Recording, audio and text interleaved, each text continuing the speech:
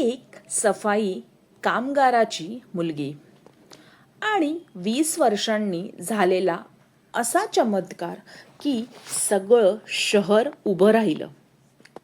संगीता रोज पहाटे 4 वाजता उठायची. शहरातील रस्ते साफ करून ती आपल्या 10 वर्षाच्या मुली सायलीला शिकवायची. लोक अनेकदा तिची चेष्टा करायचे. सफाई कामगाराची मुलगी मोठी होऊन काय करणार? लोक हसत म्हणायचे. पण संगीता फक्त एकच उत्तर द्यायची. माझी मुलगी शिकेल आणि एक दिवस माझं डोकं अभिमानाने उंच करेल. सायली अभ्यासात खूप हुशार होती. रात्री लाईट नसेल तर ती रस्त्यावरील दिव्याखाली बसून अभ्यास करायची. आई आजारी असतानाही तिने अभ्यास सोडला नाही. वर्षे गेली. एक दिवस शहरात मोठ्या रुग्णालयाचं उद्घाटन होणार होतं.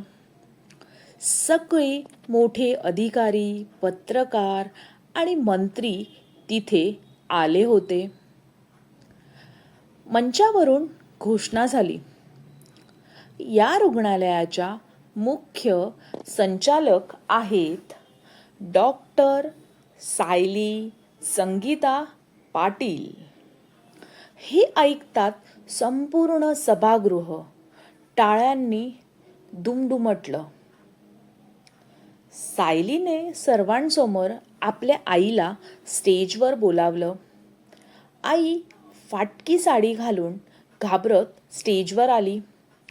सायली तिच्या पायांवर वाकली आणि म्हणाली, आज मी डॉक्टर आहे, पण माझी पहिली गुरु माझी आई आहे, जिने झाडू हातात घेतला म्हणून आज माझ्या हातात टेथस्कोप आहे.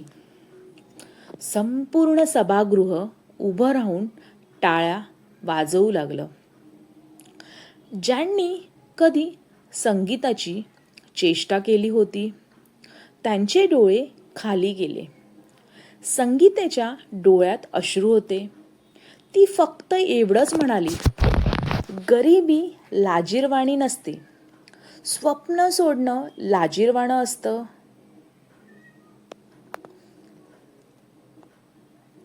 ह्या गोष्टीमधून आपल्याला एक शिकवण भेटते मित्र आणि मैत्रिणींनो.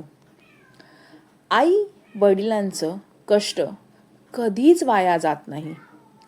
परिस्थिती कितीही कठीण असली तरीही शिक्षण आणि मेहनत आयुष्य बदलू शकते. तर तुम्हाला ही माझी गोष्ट कशी वाटली ही मला नक्कीच कमेंटमध्ये सांगा आणि माझ्या चॅनलला लाईक, शेअर, सबस्क्राईब करायला विसरू नका. सो थँक्यू सो मच तुम्ही माझी गोष्ट पूर्ण ऐकल्याबद्दल.